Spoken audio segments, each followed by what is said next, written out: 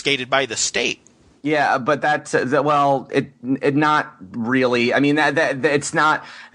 I'm very like actually Roman history is what they taught us when I was in when I went to school in Germany. They taught us extensively and took us to Rome. Those things were kind of figurative. You have to remember the stuff that they wrote. The history of what happened with the Caesars is not necessarily to be taken as literal. Okay, it's parable for the most part. I can buy that, but all right, now more examples of the government attacking itself and then declaring it, a convenient enemy, right? How about the Reichstag in Germany when Hitler firebombed it? I mean, that happened, right? Yeah, but that was he was taking over the government at that point. I mean, that was to dissolve it. Well, someone say that there's a government takeover, happening then or during 9/11. But no, because the reason why I say that is because the government looked really bad that day. It actually as much as there was a lot of patriotism after the September 11th attacks, the thing is that the government had, I mean, like you had, what's his name? Richard Clark, that finally had to come out and say the government failed you. I mean, so it made the government actually look worse than look better.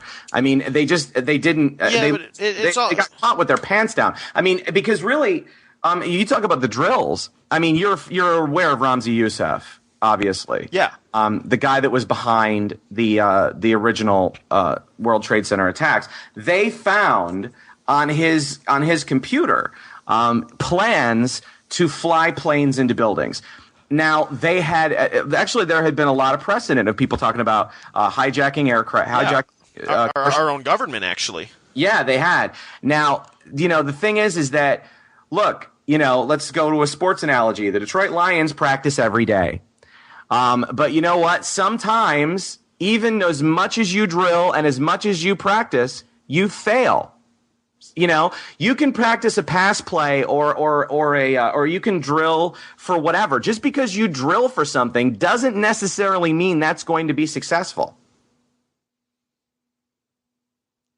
Well, yeah, I mean, sure. But I believe that they were drilling for it, and the fact that I believe that because I know that they were drilling for it. I mean, they knew that terrorists wanted to fly planes into buildings. So I mean, because they'd found it on people's computers, on Ramzi Youssef's computer specifically, they found the planes mission there.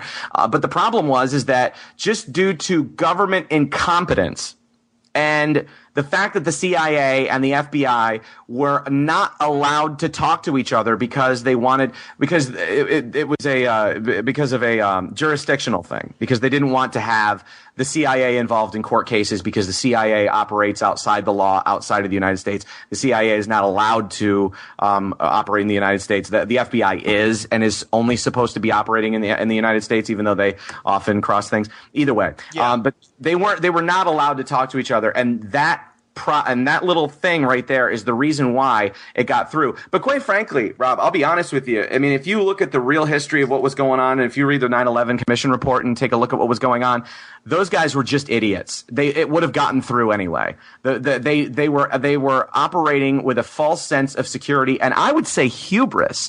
The way that they completely missed the September 11th attacks, which also goes back to, now that I'm bringing this around, chaos.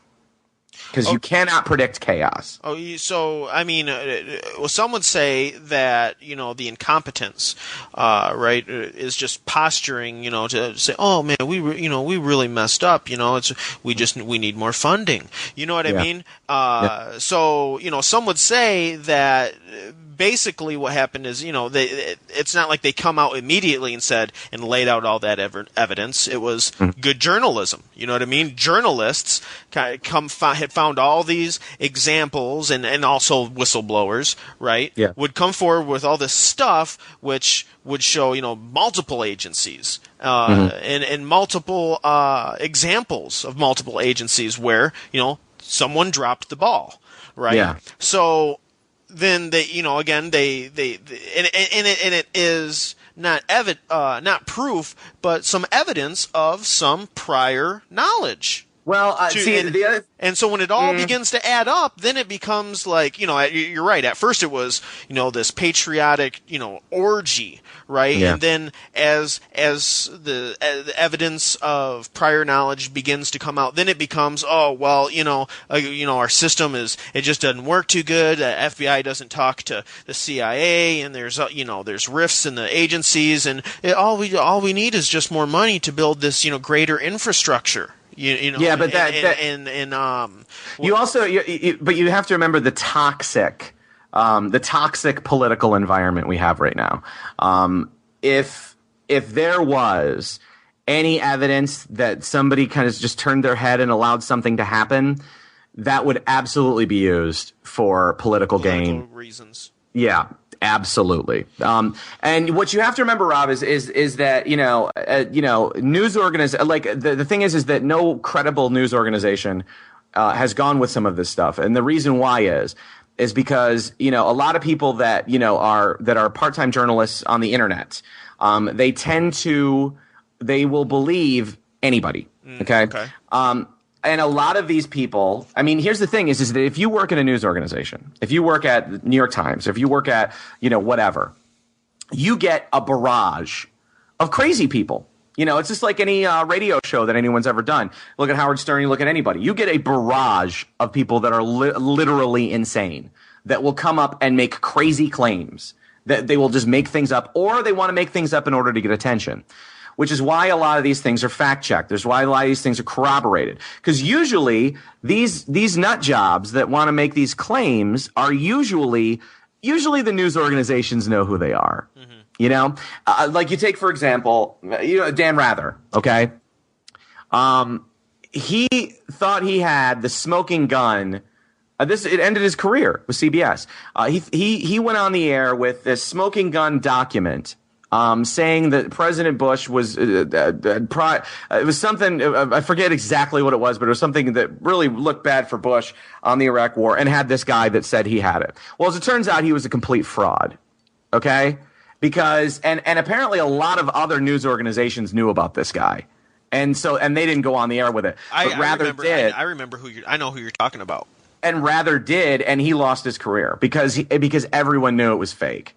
Because they had already done all this information, and actually they went through and they actually looked at the document and they were like, well, this was clearly created on a word processor, not a typewriter from the time that it would have. They actually looked. I mean, there are guys there are document fact checkers, and these guys are amazing. These guys they find the craziest stuff that will prove, because they know software, what's available that time, what have they been, and they're really, really good at that stuff. And a lot of the internet journalists don't have those resources. So you have to kind of take some of that stuff with a grain of salt. Hey, I tell you what, I was on your podcast twice. You were gracious enough to allow me to do that twice, and I appreciate it. I would like to have you back. Mm-hmm. Another time. This interview isn't necessarily done. I'm not wrapping it up, but yeah. I do kind of want to move along. Off of the 9/11 thing, but I want to talk about it again. So if you would, I'd appreciate it if you'd come back on.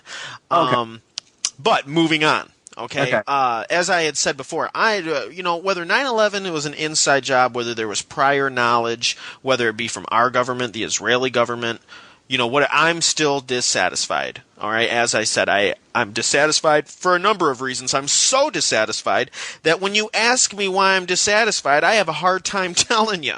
Yeah. You know what I mean? And like when I was on your show last time, you asked about, so, what's going on in the news today that has you, that has caught your interest? And I very honestly said, I don't know. And I really dropped the ball at that point too, by the way. Sorry about that. But anyway, moving on. But I don't know. I am I'm like I said, I'm very dissatisfied, and sometimes, I've learned to have to actually decompress and just not really focus on or even be aware of any sort of current events or anything like that. All right. But so Crisis Club for me, you know what I mean? It's got a lot of uses. There's a lot we want to do. It's an ambitious thing. Okay. And, a lot of people say, oh, God, I'm sick of people having podcasts. I'm sick of, why did it? Well, the Crisis Club is the opposite. I mean, we think more people should have podcasts, right? Mm-hmm. Talk about chaos. I mean, not to get too, cerebral or whatever, but I mean, at one point in time on this planet, there was no living matter. I mean, there was no living matter. It was all just, and at some moment, it blows my fucking mind to think about the time and place when there was a spark. I mean, there was just something happened, and dead, lifeless matter began its procession towards more complex living things which are ultimately conscious of themselves in the universe. Mm-hmm. Okay? I believe that the media and pop culture bullshit does everything in its power to distract you from that essence and all the questions surrounding it. You know what I mean? Like every child, every kid wants to know if where we come from, where we go when we die. Well, wait a minute, hold on. You said something there. What? So you think the media is involved in trying to distract people? Oh, as in, like there is this huge. That someone is trying to distract people. No. It's okay. No, I don't think it's a conscious thing. I think, but ultimately, I mean, I believe that that our media. That is what it ends up doing. I mean, it ends up distracting people from these deeper, more meaningful questions that humans for all time have asked themselves. Mm-hmm.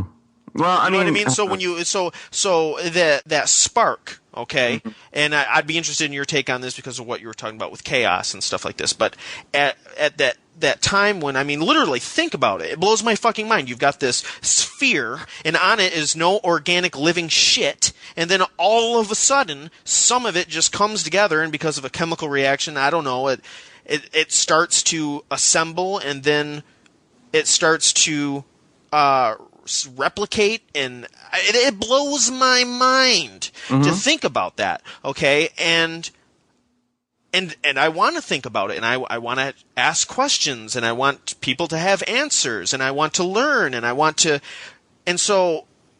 But don't you think that makes you? Why doesn't that make you more interested in anthropological studies? Well, it makes me interested in everything. I mean, natural history. But isn't the anthropology of that really interesting, or the idea that the humans as an animal and the species in and of itself? The reason why I don't literally climb out of my car and beat the shit out of the guy that cut me off in traffic, like the monkey that I am. Like it's an interesting thing, I mean, it's I think that the fact that this culture exists. Like I've been really getting into Buddhism, right? Okay. I think it's interesting because it's this just philosophy of the fact that all life is suffering, yet you can find some kind of peace within it. Like as opposed to constant, because I mean, I think that what you're driving at there is that there is so much need. The concept of constant need, the need to be anesthetized by media. The need to be distracted, because I think that there are people that don't want to. Well, I mean, like, okay, you look at why it is that we will do war footage and tell you what's going on in the Iraq War or the Afghanistan War, but we don't show the bodies. Why is that? Why don't we do that? Because it makes people upset and it makes them turn off the television. So it's not a And it's a cultural thing. I think that people just are. I got off track there. Sorry. Let me get back on it. Yeah, no, the thing is that you get. I think people are very needy. They're constantly looking for ways to fill their need, and that's an addiction that I think that people get into. And I think that that's the true distraction, is that people are very needy and into themselves, if you will. Well, yeah, going back to, and it's a false sense of self, by the way, too. Yeah, I mean, it is. I mean. And that's part of the crisis, right? Like I was saying before, is this lack of compassion. It's a false sense of self. And Rob, if it wasn't the media, then it would be drugs. Like you look at, and it often is. Yeah, and often is. I mean, in my case. Sometimes it's both. I mean, you look but people have been using, wine and peyote and, and what are they using?